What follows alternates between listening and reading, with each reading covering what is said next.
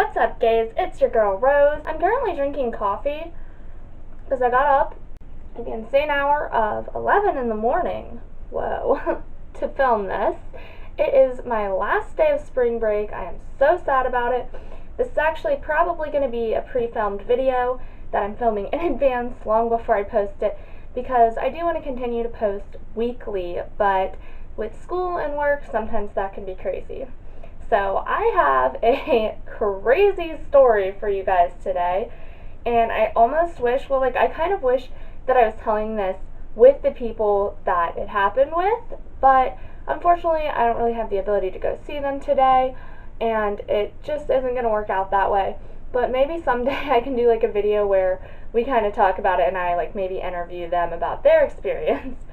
So, get ready. Sipping my tea. Actually, it's coffee. So, basically, what happened was my cousin invited me over to play Cards Against Humanity. And I'm really close with my cousins. Like, we grew up really close, and we are still really close to this day. I go over there almost every weekend, and I was really excited. We played Cards Against Humanity for a while, and it was really fun. Well, the evening was kind of wearing on, and my cousins also had so one of my cousins had his two friends over, and then my other cousin had his fiance over. So that was who I was hanging out. So after we got done playing Cards Against Humanity, my cousin's two friends were like, it's probably time for us to go home.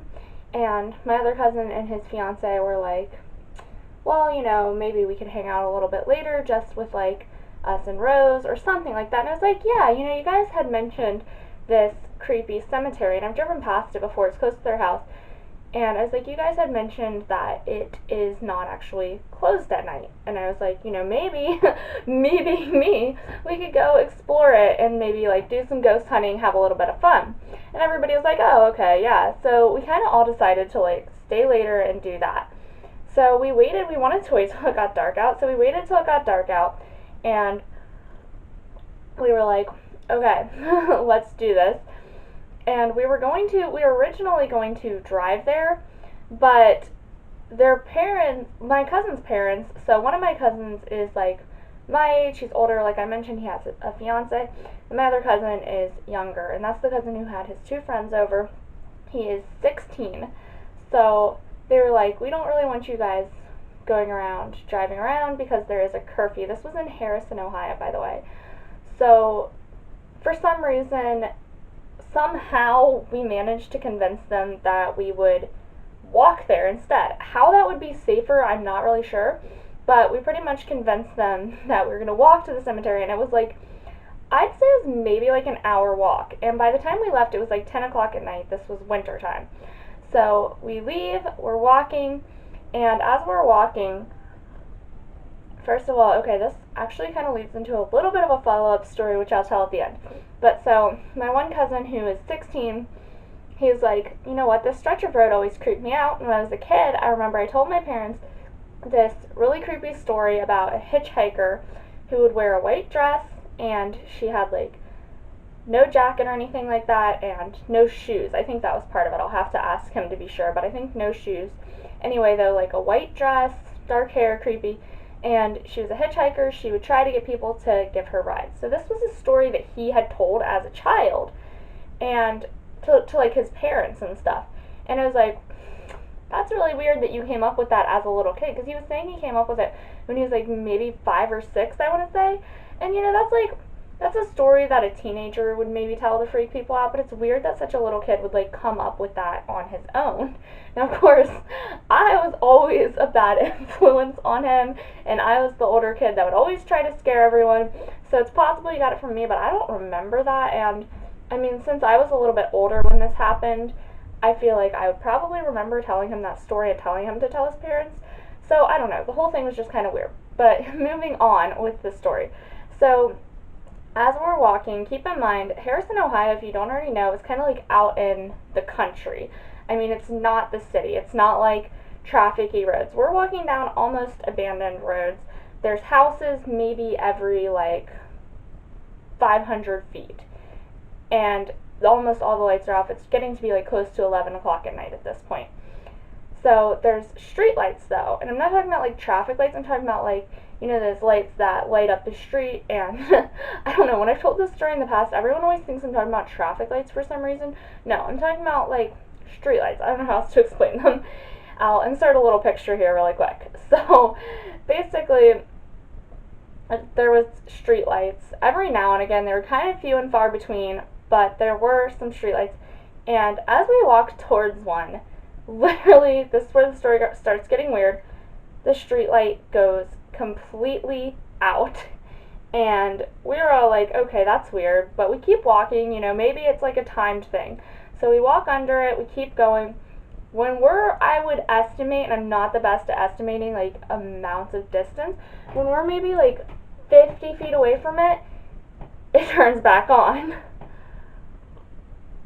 So that in itself is creepy, but we were kind of like, it's probably nothing. So we keep walking. Eventually, we do get to the cemetery, of course. And the cemetery, like we had predicted, there was no like gate or anything, it was just open. There was not even a sign that said like no trespassing. There was a fence around it, but the gate was open. So we were like, okay, so you know, if anybody else at us, we'll just be like, we didn't know we were doing anything wrong. So we go into the cemetery and we're kind of walking around, and oh my gosh, you guys, this part scares the pee out of me. We all kind of stopped. And keep in mind, it's the middle of winter. Like I said, the houses are few and far between. They are there, but they're few and far between. We all smelled this weird, smoky smell. And it was kind of like, we all described it the same, and we all stopped at the same time to smell it. So the smell was definitely there. What it was from, you can question all you want. But it smelled a little bit like incensey to me. And I could be like projecting what I think it was. But let me go on with the story. So we all stop and smell this incense smell, and we're like, okay, that's weird. I mean, I guess it could be coming from a house. So at this point, we're still ready to keep exploring. And we all kind of pause as we look. I think we all saw it at like around the same time, or like one person paused and we all kind of looked towards it. Something like that. So yeah, I don't know exactly how we all saw it, but I think it was like all at around the same time. We were kind of like, wait, what's that?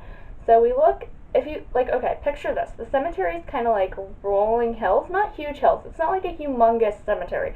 But there are these, like, hills. And it's very, very dark. Keep in mind, we're far from any street lights. I should have said that before. Like, it's very, very dark. We had our flashlights, but we didn't have them on at that point because we didn't want to attract attention to us, just in case if somebody did drive by and didn't want us in there. So we all see this light over one of the hills. And it was not like a flashlight. We all were like, that's a flame. And it looked like, literally, oh my gosh, you guys. To me, it looked like a candle. And I could be wrong. It could have been something else. I don't know what else it would have been. But it looked like a candle. It kind of looked like this flickering flame over the hills from us. And we're like, what? So we were all kind of trying to figure out what it could be at that point. I mean, there are such thing as like grave lights that light up the graves. I mean, if you've ever passed a cemetery at night, you've probably seen them. They're like little lights by the graves. And this cemetery did have a few of those like spread out, but they were little like yellow lights, and they were very, very dim, and they weren't flickering at all. They were kind of like yellowish white, you know, those like little rounded light bulb things. I'm so great at explaining things. I'll try to insert a picture if I can find one.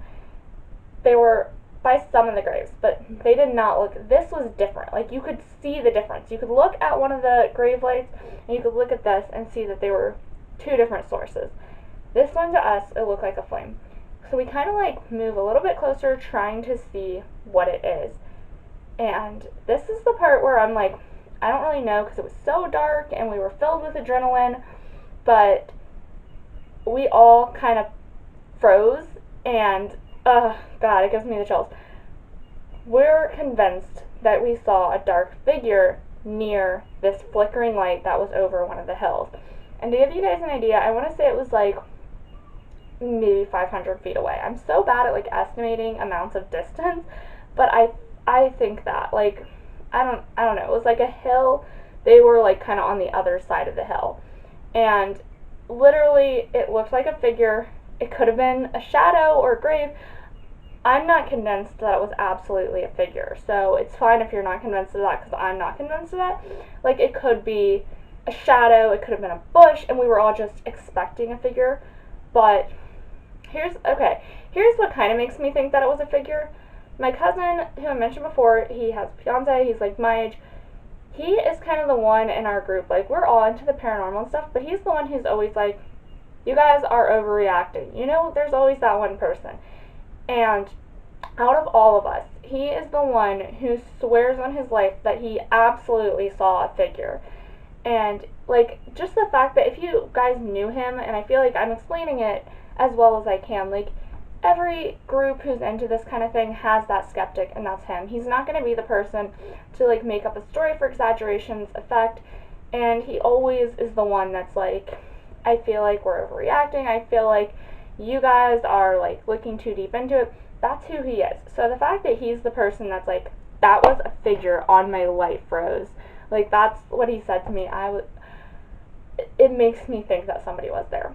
So I was freaked out at that point, whether it's a figure or not. There was this weird, like, flame thing, and I was like, it's time for us to go. Like, some of the people there were teenagers. Like I mentioned, my cousin, who was 16, had 2 friends over. They were all in high school, and I was like, we need to get these kids out of here. We need to go. And we left. We left really fast. I pretty much, like, forced everyone to run. I was like, let's go.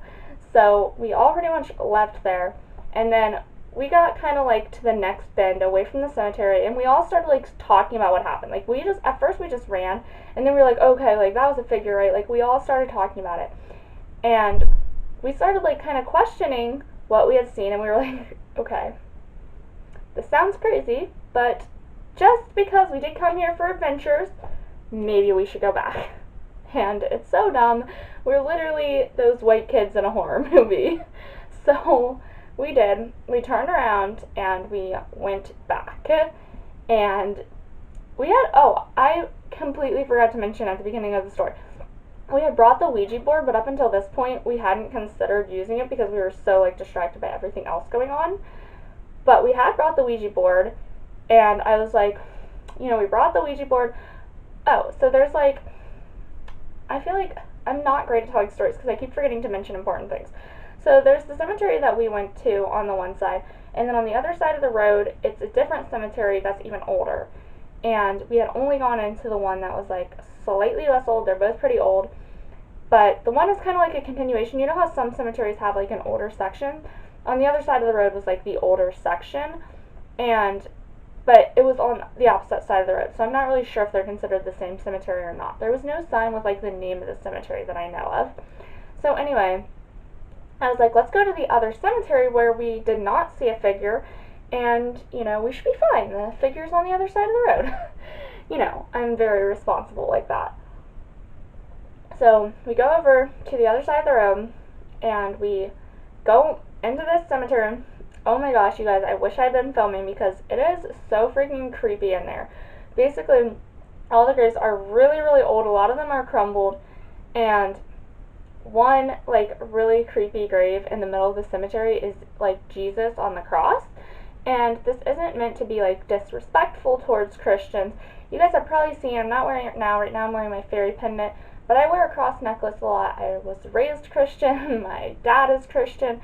So this isn't, like, meant to be disrespectful, but it is so creepy because, okay, my thing is, if you believe that Jesus sacrificed himself, I don't understand the point of, like, glorifying that whole incident. And it was, like, there's, like, fake blood on it, the nails, like, you can see.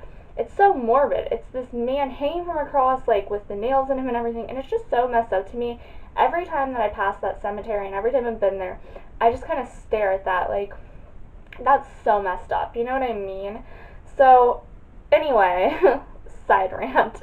Anyway, we were, like, by that grave, the one that's, like, the Jesus on the cross, and it's like, more like a statue, but it is a grave, like, it is one of the graves, somebody is buried under there, I guess, somebody really rich, and somebody, it's probably Mel Gibson's relative.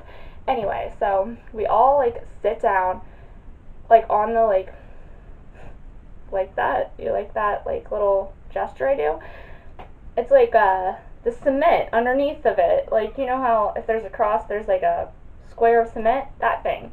So we sit down on it. Oh, I guess that's technically a grave. So we sat on a grave. And we get out the Ouija board, and we tried to play. Nothing really happened, but we tried to play for a few minutes. We were all freaked out, and we kept looking across the street to, like, see if we could see the figure, which we couldn't because it had been over, like, one of the hills. So even if they were still there, we wouldn't have seen them from where we were. And eventually we were like, nothing's going to happen with the Ouija board because we're so focused on this figure. So I was like, we should just go back. Once again, like, I'm so wishy-washy in haunted places. If you guys have ever seen my haunted exploration videos, you know this about me. As soon as I get there, I'm like, time to go. And as soon as I leave, I'm like, time to go back. So anyway, I was like, time to leave. Like, let's just go. So we start to walk away, and I forget exactly who said it. Somebody in the group was like, not me, was like, you know, we came all this way, maybe, because it was like an hour walk in the cold in the night. So they were like, you know, maybe instead of going all the way back, or instead of going back to see the figure, instead we can just walk around the fence line of the cemetery where we saw the figure and see if we can see anything from outside. So I was like, okay, but we're not going back in.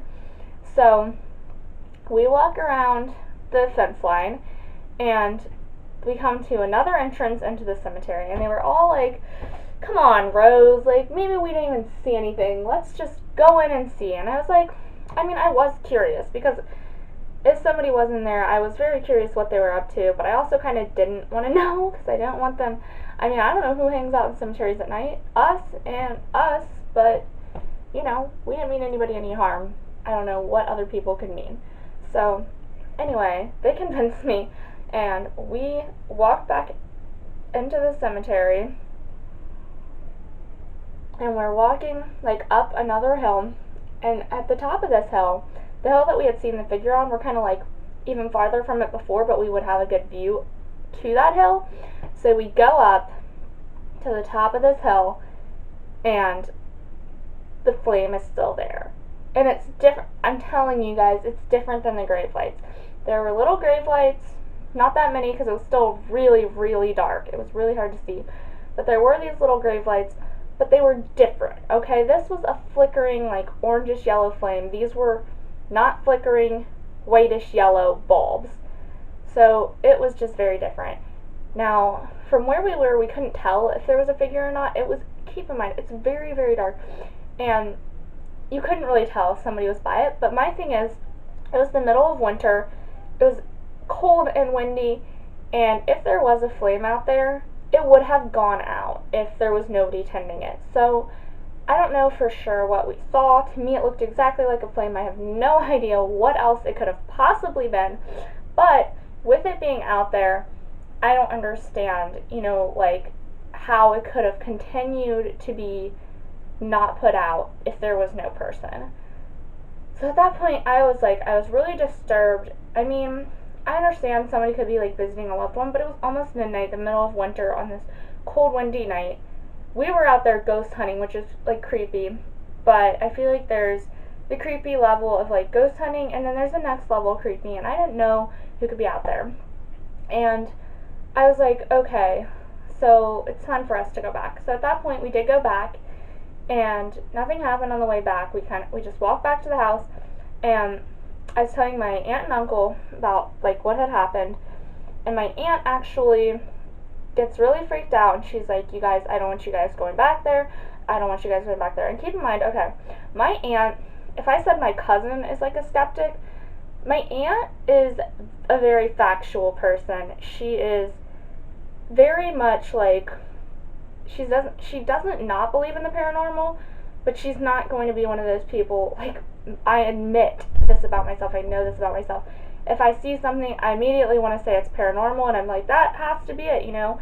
That's not how she is. She is, like, one of those people who's very cold, hard facts. And she was so freaked out, and she was like, that cemetery has had instances of people going there and practicing Satan worship and sacrificing small animals and doing strange rituals in the night. This is a fact. I've read about it in the news, I've read about it, and there's something called Harrison happenings. I'm sure you guys have them in your area. Ours, for like the area that I live in, is called Nextdoor. But like those little like apps that tell you what's going on in your community, it happened. People were talking about it on Harrison happenings, and it was on the news. She said that like this had been happening. There was people doing dark ritualistic things in this cemetery.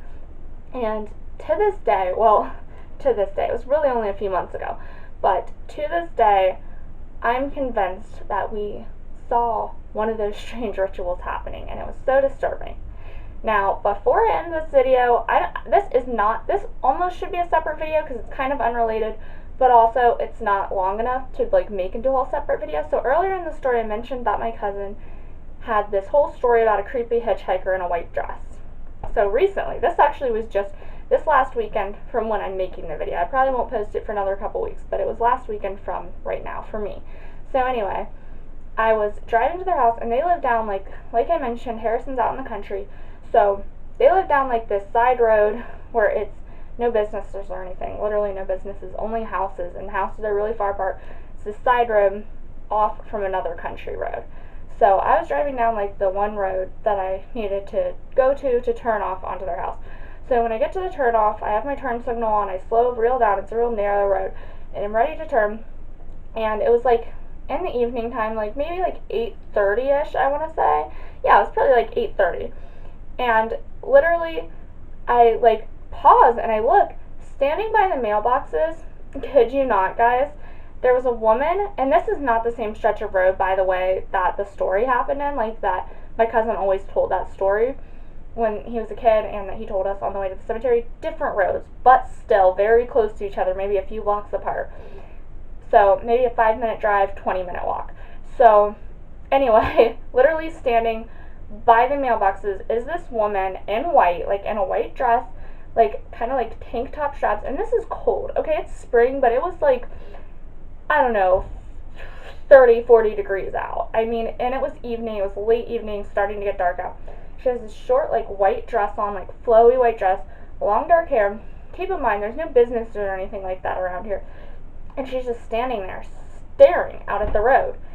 And it was so weird. I kind of like paused, looked at her, and then drove past.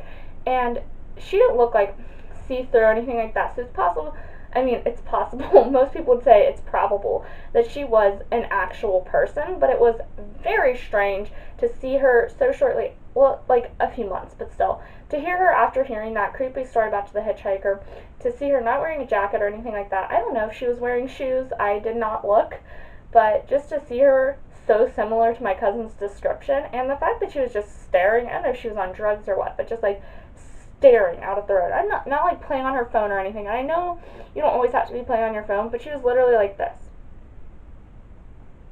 Like just staring. And it was so, did I creep you guys out when I did that? I creeped myself out. But it was really weird. So I have a lot of other crazy stories with my cousins.